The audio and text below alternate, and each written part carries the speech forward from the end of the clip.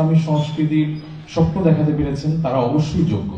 তবে যোগ্যতার মানদণ্ডে আমাদের নিজেদেরকে নিজেরা যদি আমরা একটু পরীক্ষা করে নিই যে আসলে আমাদের মধ্যে যতটা যোগ্যতা থাকা প্রয়োজন আছে ততটুকু যোগ্যতা আমার মধ্যে আছে কিনা, যদি আমরা নিজেদের কাছে নিজেদের প্রশ্ন করি তাহলে হয়তো আমরা দেখতে পাবো যে আমাদের যোগ্যতার মাত্রা কোথাও কোথাও কিছুটা কমতি আছে। তো এখানে যোগ্য নেতৃত্বের অভাব কিছুটা রয়েছে তৃণমূলে। এই অভাবটাকে আমাদের পূরণ করতে হবে যদি আমরা দেশব্যাপী সুস্থ সংস্কৃতির বিকাশ ঘটাতে চাই। একদল নিবেদিত প্রাণ মানুষকে এগিয়ে আসতে হবে যারা আসলে ইসলামী সংস্কৃতির বিকাশের জন্যই কাজ করবে। এই ইসলামী সংস্কৃতির বিকাশ করতে গিয়ে তিনি এখানে যশ খ্যাতি কিংবা অর্থনৈতিক লাভবান হওয়ার থেকে ইসলামী সংস্কৃতি বিকশিত হোক, সেক্ষেত্রে যদি আমি এই জায়গা থেকে অর্থনৈতিকভাবে প্রবৃদ্ধি অর্জন করতে পারি বা না পারি সেটা আমার গুরুত্বপূর্ণ না, কিন্তু আমি কতটুকু অবদান রাখতে পারলাম ইসলামী সংস্কৃতি বিকাশের জন্য, প্রতিষ্ঠার জন্য, ইসলামী সংস্কৃতি বিজয়ের জন্য, এমন একদল মানুষ আমাদের দরকার। এবং যোগ্য সাংস্কৃতিক কর্মী বাহিনী দরকার।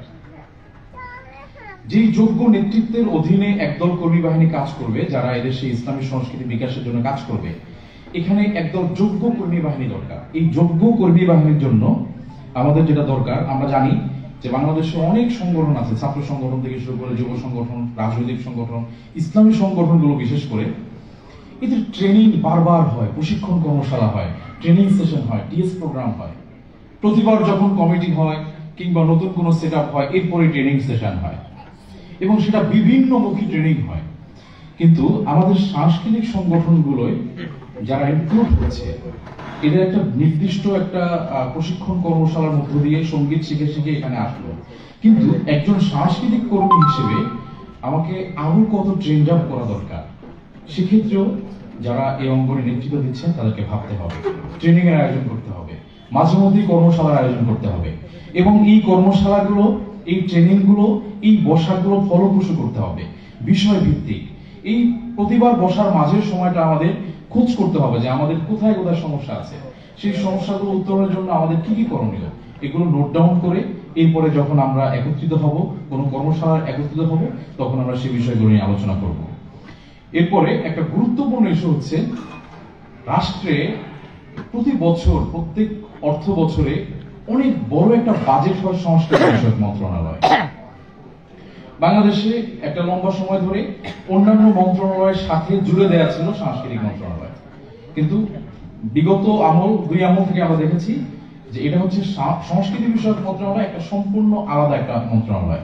তার মানে এই দেশে রাষ্ট্রীয়ভাবে আমাদের যে জাতীয় বাজেট হয়, এই বাজেটে বাংলাদেশের সংস্কৃতিকে বিকশিত করবার জন্য এদেশের দেশজ সংস্কৃতি, লোক সংস্কৃতি, আরো যে সকল সংস্কৃতি, দেশজ সংস্কৃতি কিংবা যদি কেউ বলে যে আমাদের দেশের এই বাংলাদেশের আবহমান কাল ধরে যে সংস্কৃতি গড়ে উঠেছে, এই সংস্কৃতি পরিপালন করার জন্য যদি রাষ্ট্রীয় বাজেট সংস্কৃতি বিষয়ক মন্ত্রণালয় করে থাকে, তার কতটুকু বা কত পার্সেন্ট এই ইসলামী সংস্কৃতি যারা বিকাশের জন্য কাজ করছেন তাদের এখানে আসছে? সিকিভাগও না। এর কারণটা কি?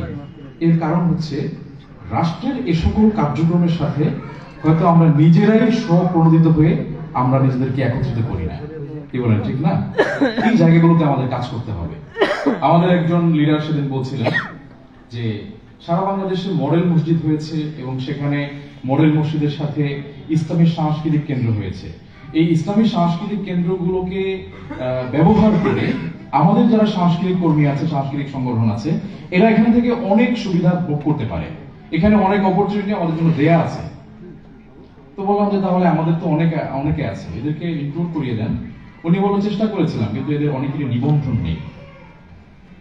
অর্থাৎ আমি একটা সাংস্কৃতিক সংগঠন, আমি রাষ্ট্রীয়ভাবে নিবন্ধিত কিনা, আমার সংগঠনটা রাষ্ট্র কি জানে কিনা যে আমার একটা সংগঠন আছে, সত্যশীলী নামে আছে, কলরব নামে আছে, সাইমুম নামে আছে, এরকম অনেক সংগঠন আছে। আমি জানি না কয়টা সংগঠনের নিবন্ধন আছে। এরপরে আমি যখন আজকে এখানে আমাকে যখন বিষয়টা জানানো হলো, আমি কিছু বিষয় নিয়ে ঘাটাঘাটি করছিলাম যে আসলে সংস্কৃতি বিষয়ক মন্ত্রণালয়ের কার্যক্রমগুলো